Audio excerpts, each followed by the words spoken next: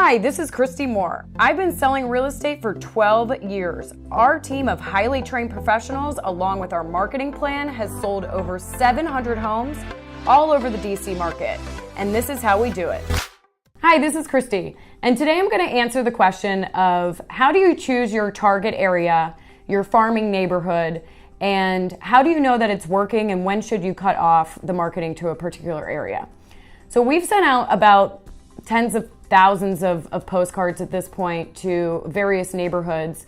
And what we found is that even if you choose the right neighborhood, it might not end up working in the long term. So the first thing that you need to do is choose your target neighborhood. So the first thing you need to look at is, does the neighborhood have enough houses in it in the first place? So it's really tough to build a presence in a neighborhood of 40 homes, especially if there's only 1 or 2 sales a year. You're most likely not going to capture enough of that neighborhood to make it worth your time or your investment. So the first thing is that it needs to be a large enough neighborhood.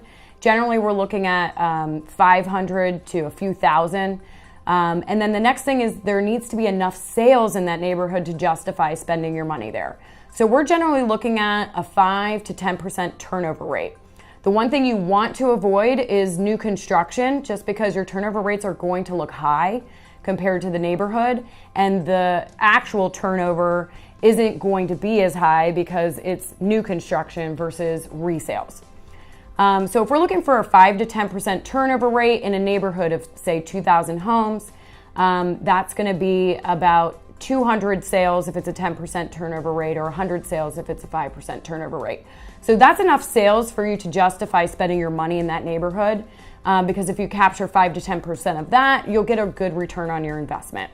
So the first thing is to choose a neighborhood with a high turnover rate.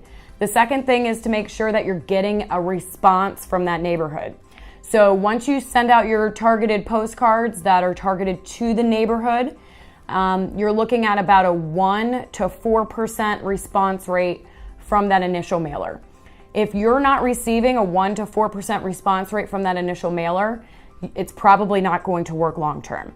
So for instance, if we send out 2,000 postcards, we're looking for at least 20 responses from that postcard. That means that it's enough responses for us to be able to convert the leads and make a return on the investment. If you don't get any responses, make sure you check your website, make sure the website's actually working, make sure you check that the postcards were sent out. You'd be surprised how many times that doesn't happen.